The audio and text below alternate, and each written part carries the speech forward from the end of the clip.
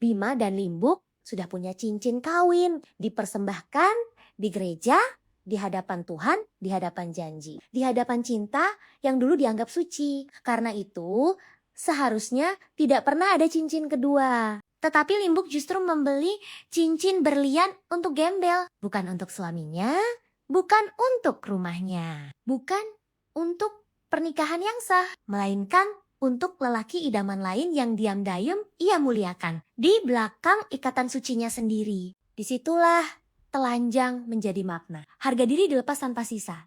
Itu bukan hadiah, bukan perhatian.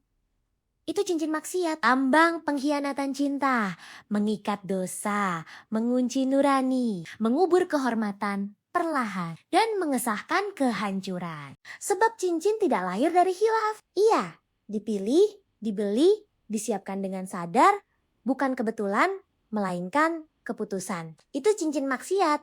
Harganya 1,7 juta rupiah. Di tahun kurang 1995, setara sekitar 65 gram emas, nilai yang mengikat dosa artinya jelas.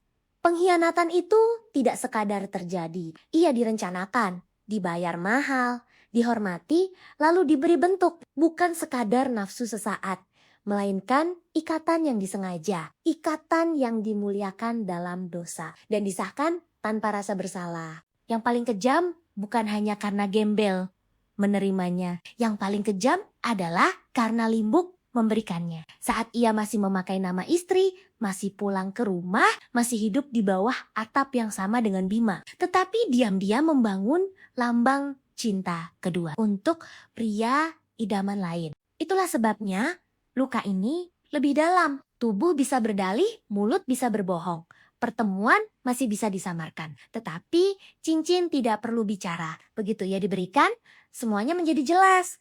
Hubungan gelap itu disahkan menjadi ikatan batin yang disengaja dan dipermuliakan sebagai dosa yang sengaja dipelihara. Limbuk tidak hanya melukai Bima, ia juga merendahkan cincin kawin mereka sendiri. Makna yang dulu dipersembahkan di altar, kini diulang untuk hubungan yang kotor. Seolah janji suci di gereja belum cukup. Seolah suami sah tidak lagi layak menjadi satu-satunya pemilik lambang kesetiaan itu. Bagi Bima, itu bukan lagi cincin. Itu cincin maksiat, kilau kecil yang menertawakan altar, perhiasan indah yang memamerkan kebusukan. Setara 65 gram emas.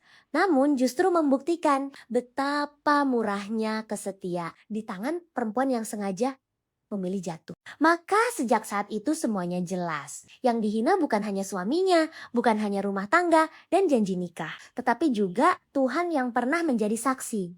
Ketika Limbuk memberi cincin itu, ia sedang berkata tanpa suara, satu kesetiaan tidak cukup baginya. Dan ia memilih menghormati cinta gelap lebih dari yang sah.